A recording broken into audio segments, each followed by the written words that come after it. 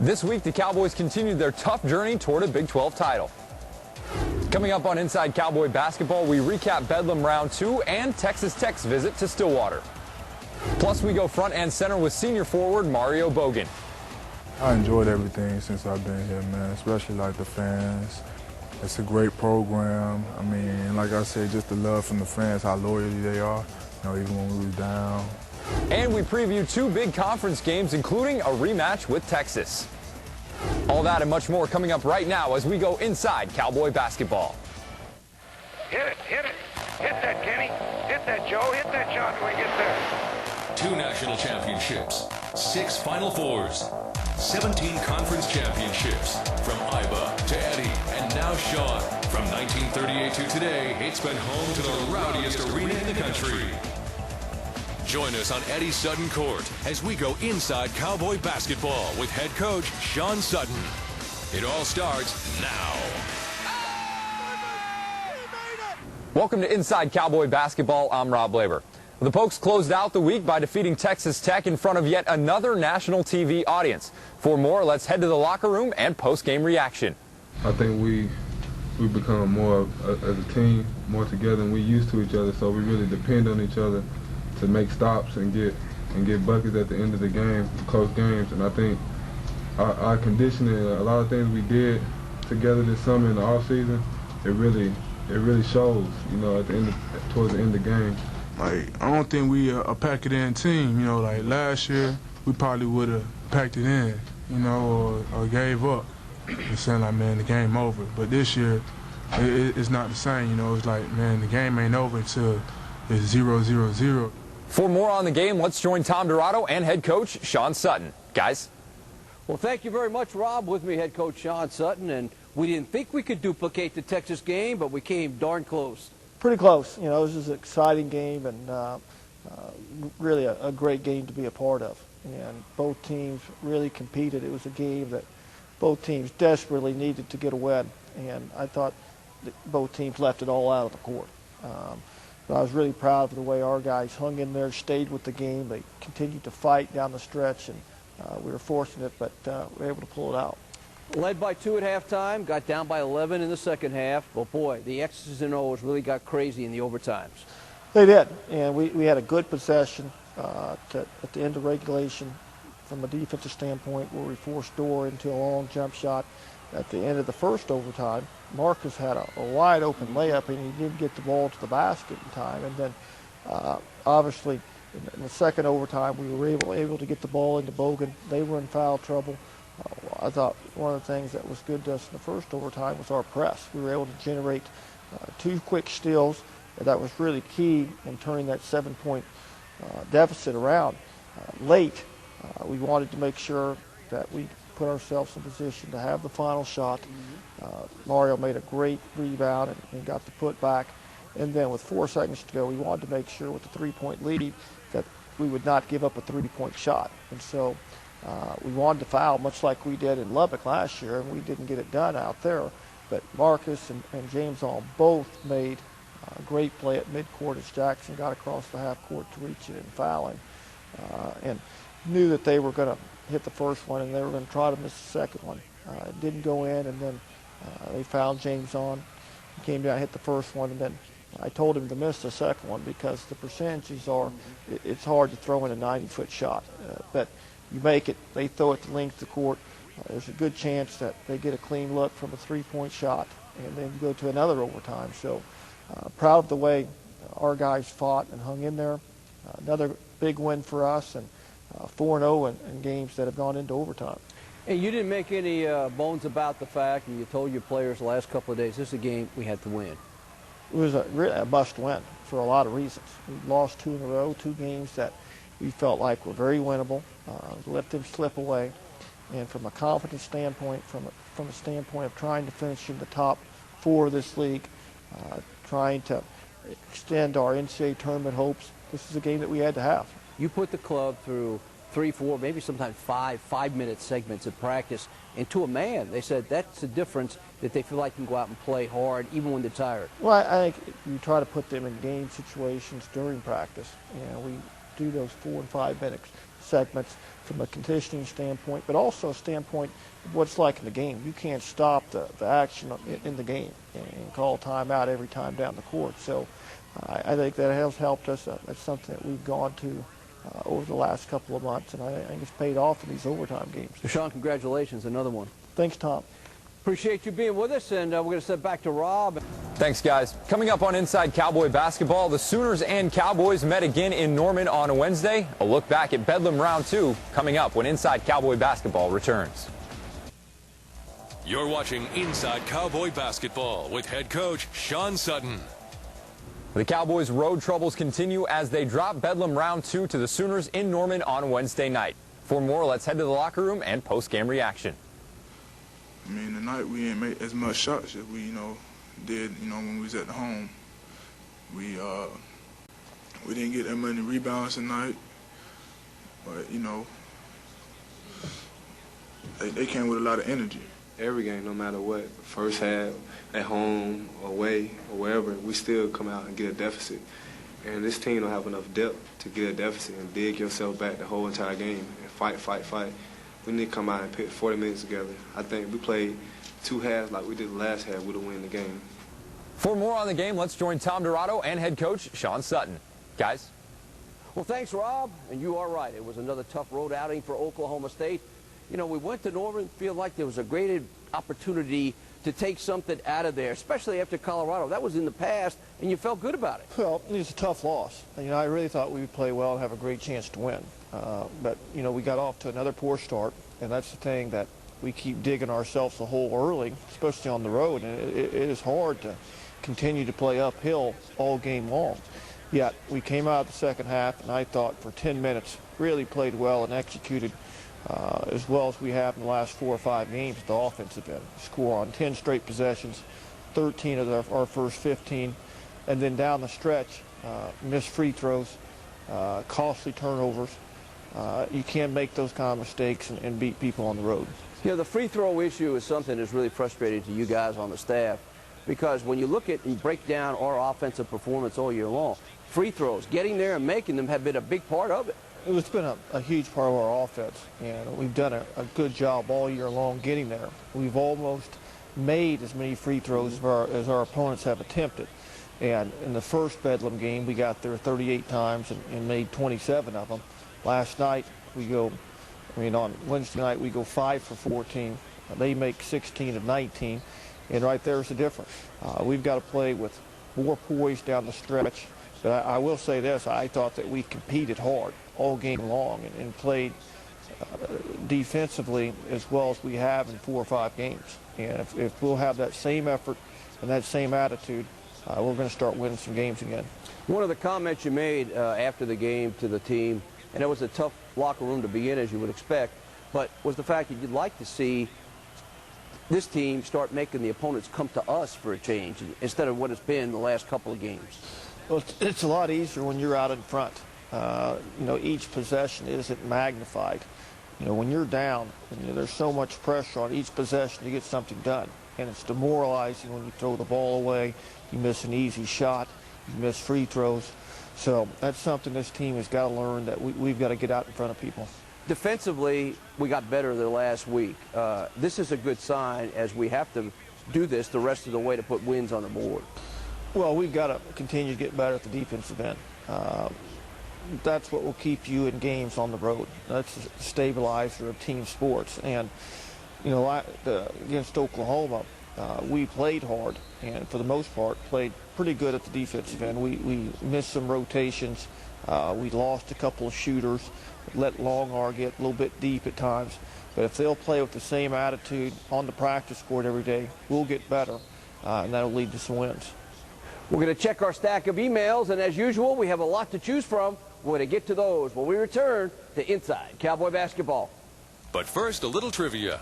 Which Cowboy holds the record for the most field goals made in a single game?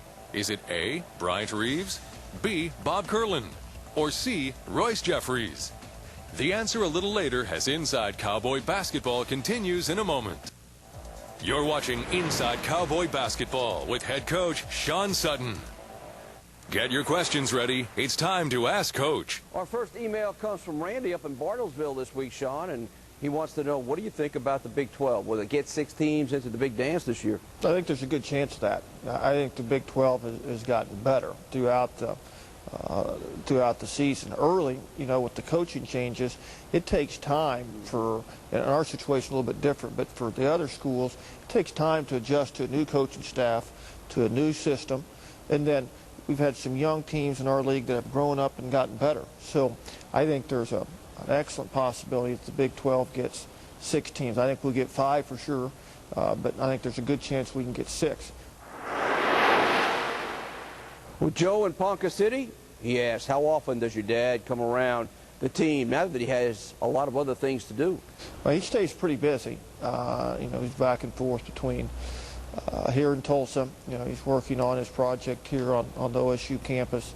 But he gets by about once a week, and he'll watch practice. Occasionally, he'll visit with the player after practice and give him, his opinion on some things. And occasionally, he might address the team for 2 or 3 minutes. I think that's happened twice. So, he's still around, and it's good to have him as a resource and somebody to visit with about things that we can do better. Well, thanks again for all your emails. As usual, we had a lot to pick from, and we encourage you to send them in every week to AskCoach@fox23.com. As we always say, hopefully we'll get to yours as early as next week. Interesting week coming up. A big Monday rematch in Austin and a meeting with Missouri right here on Saturday. We'll get to those after we return, but Rob, it's all yours. Thanks, Tom. Coming up after the break, senior forward Mario Bogan talks about all the pressure that comes with being a leader on this Cowboy team. That's next when we return to Inside Cowboy Basketball. Hey guys, how you doing? This is Desmond Mason, and you're watching Inside Cowboys Basketball.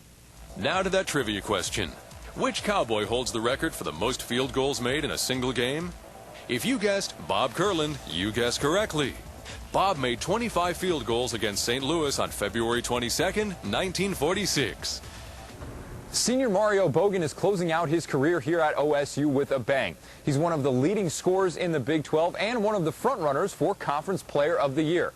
Mario tells us more as we go front and center with the Durham, North Carolina native. Front and Center is brought to you by your Oklahoma Chevy dealers. Final year here at OSU, just talk about the experience so far, and I imagine it's gone by pretty fast for you. Yeah, man, it's been actually it's been fast, man, faster than what I thought it was going to be. But I mean, I enjoyed everything since I've been here, man, especially like the fans.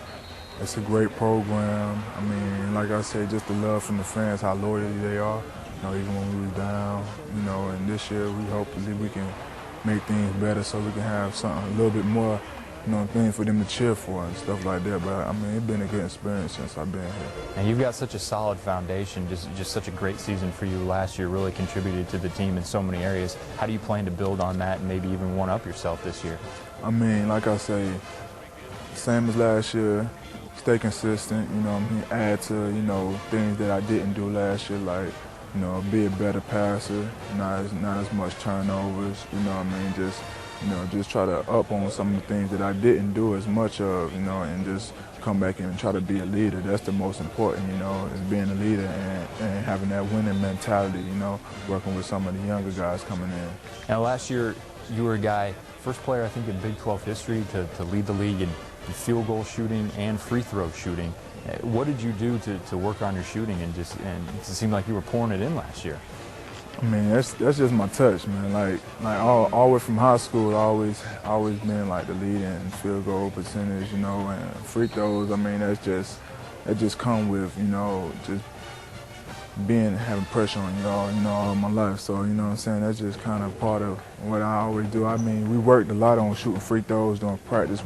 That's one thing I have to say. We shoot a lot of free throws, and I mean, even in practice, I just concentrate and try to knock them down, use them in game situations, and so that's how I think it helped me in my free throw percentage.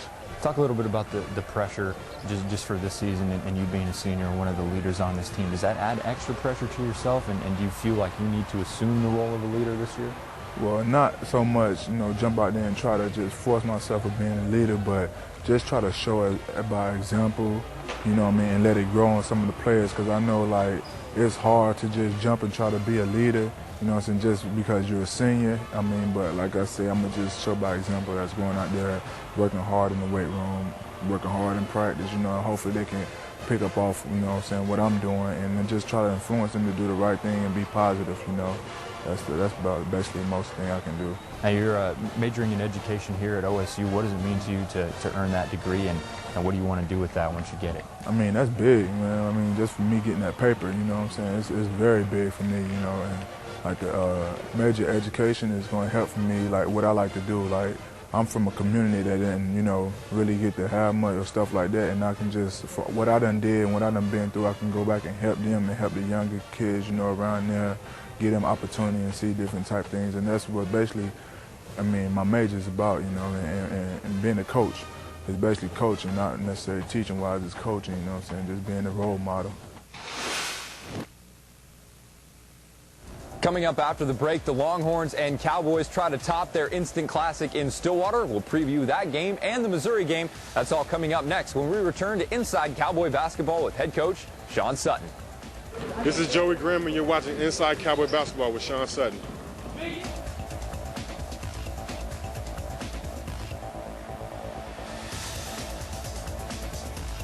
Inside Cowboy Basketball is brought to you in part by Arby's, your Central Oklahoma Honda 5 dealers, Oklahoma Farm Bureau, O'Reilly Auto Parts, your Oklahoma Ford dealers, Conoco and Phillips 66, and your Oklahoma Chevy dealers.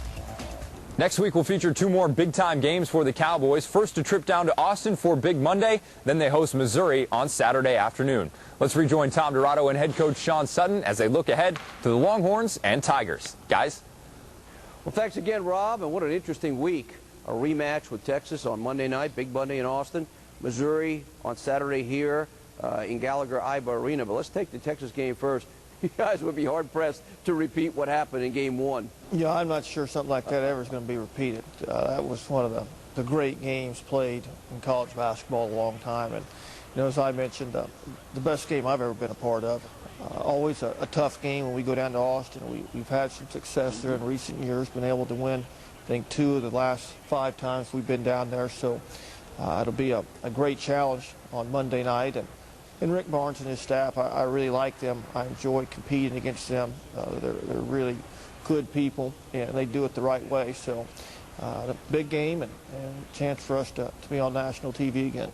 But Texas, Oklahoma State, 2 teams that are in that mix, to get to the top 4 and also be in the 6 to go to the big dance. So obviously a very big ball game for both teams. Well, it's a huge game from the standpoint of not only the Big 12 standings, but having the opportunity, if we were to beat them twice, and it comes down to, you know, who gets in, you know, that'd be an advantage in our favor. If we split, then, you know, you go and look at other areas. So, you know, it's going to be a big test, and hopefully our guys will respond and play well and play hard.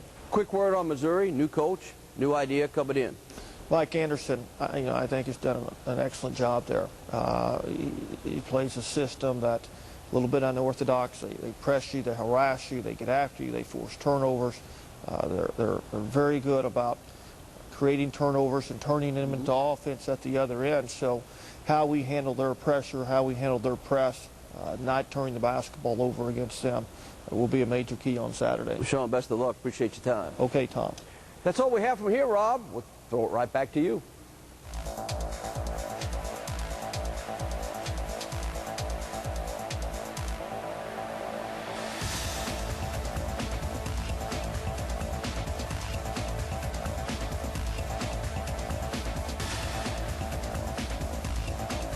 Thanks, guys. That's all the time we have for this week. Be sure to join us next time as we continue to follow the Cowboys through conference play and hopefully toward a Big 12 title. For Tom Dirato, head coach Sean Sutton, and the entire OSU coaching staff, I'm Rob Labor. We'll see you next week.